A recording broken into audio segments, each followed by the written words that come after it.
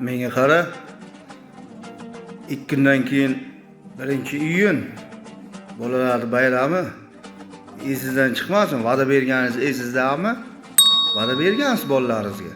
1-iyunga olib chiqib sizlarni parkka olib boraman. Shashlik olib beraman. Parkka o'ynataman deb.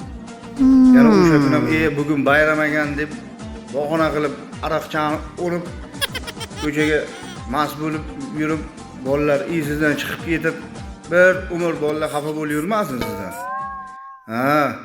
Vaqt keladi o'sha. Ichishda ham, boshqani ham vaqt soati bor. Bolalar uchun ham vaqt ajratib turgin. Tushundingmi? Keyin kech bo'ladi. Katta bo'lib qolgandan keyin aylantiraman desang ham ular xohlamaydi. O'zlari og'aynilari bilan, oshnalari bilan, dugonalari bilan chiqib ketaveradi. Shu vaqtni boy bermasdan o'sha 1-iyun kuni bolalaringizni chiroyligina kiyintirib, yaxshigina parklarga olib borib, bir yaxshi narsalarni olib berib, ko'nglini quvnatib, zo'r bayram qilib keling. U aroqchani bayramdan keyin, bolalar bayrami o'tgandan keyin ham o'g'inlari teradi.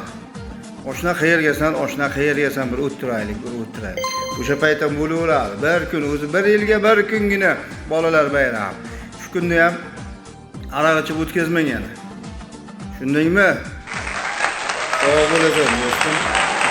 Bu videoni shu vaziyatdan foydalanib men O'zbekistondagi barcha bolajonlarni kelayotgan 1-iyun bolalar bayrami bilan tabriklayman.